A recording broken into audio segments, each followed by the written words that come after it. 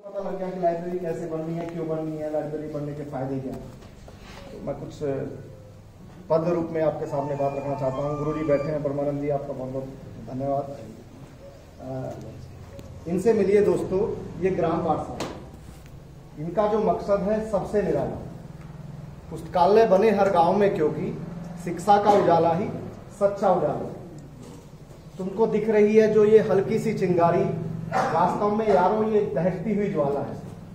मेरा देश जाना जाए पुस्तकालय के नाम से, सपना बस यही इन युवाओं ने पाला है। और सबसे अंत में सबसे बड़ी बात की बात करें शिक्षा से जो भी रोजगार की, केवल ये पाठशाला ही नहीं, बात करें शिक्षा से जो भी रोजगार की, हर शख्स खुद में वो ग्राम पाठशाला। तो ये तो निश्चित रूप से तय है कि ग्राम फरीदपुर में लाइब्रेरी बनने वाली है। तो लाइब्रेरी बनने के बाद क्या होगा वो मैं आपको बताना चाहता हूँ कि जो ये मेरे सामने युवा वर्ग बैठा हुआ है, हर एग्जाम ये पास करेंगे, देखना पहली बार में। हर एग्जाम ये पास करेंगे, देखना पहली बार में, और फरीदपुर का नाम छपेगा राष्ट्रीय अखबार में। मंत्री जी जब हुआ करते थे तब छपा होगा। हर एग्जाम ये पास करेंगे, देखना पहली बार में, और फरीदपुर का नाम छपेगा राष्ट्रीय अखबार में। मदद थोड़ी सी कर दो इनकी लाइब्रेरी को बनवाकर। कई लाल बत्तियां खड़ी हैं इन बच्चों के इंतजार में, कई लाल बत्तियां खड़ी हैं इन बच्चों के इंतजार में। इसी के साथ बहुत सारी बातें तो करने वाले बहुत है, मैं पद रूप में ही कुछ बातें रखना चाहूंगा कि पुस्तकालय में पढ़ने वाले बेशक आज अकेले होंगे, पुस्तकालय में पढ़ने वाले बेशक आज अकेले होंगे, बंद कमरे में यारों इनने छक्के पापड़ पेले होंगे।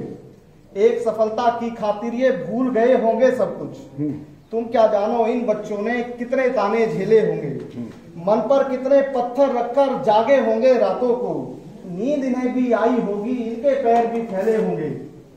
मार के छबके पानी किए आंखों को बहकाया होगा, मार के छबके पानी के बहकाया होगा आंखों को।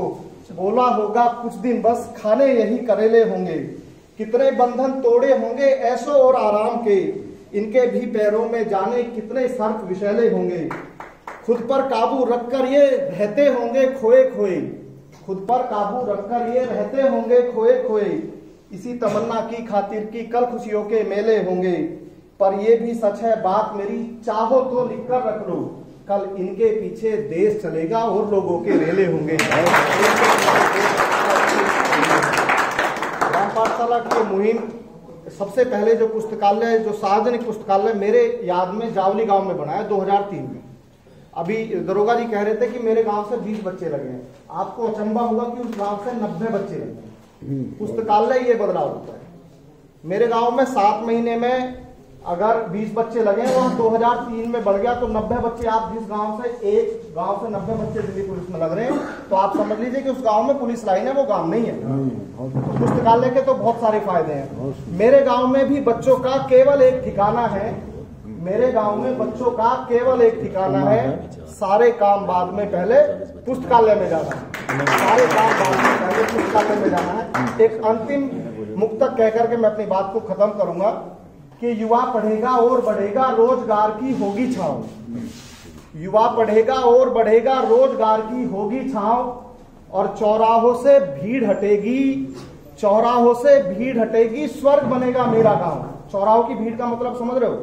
जिस गांव में आपको पुड़िया पे और चौराहे पे, युवा वर्ग की बात कर रहा हूं मैं, बुजुर्ग वर्ग की बात नहीं कर रहा, जहां का युवा चौराहों और पुड़िया पे ना मिले तो समझ लेना कि वो गांव उस सफलता की ओर अग्रसर है जिसके वो भागीदार है।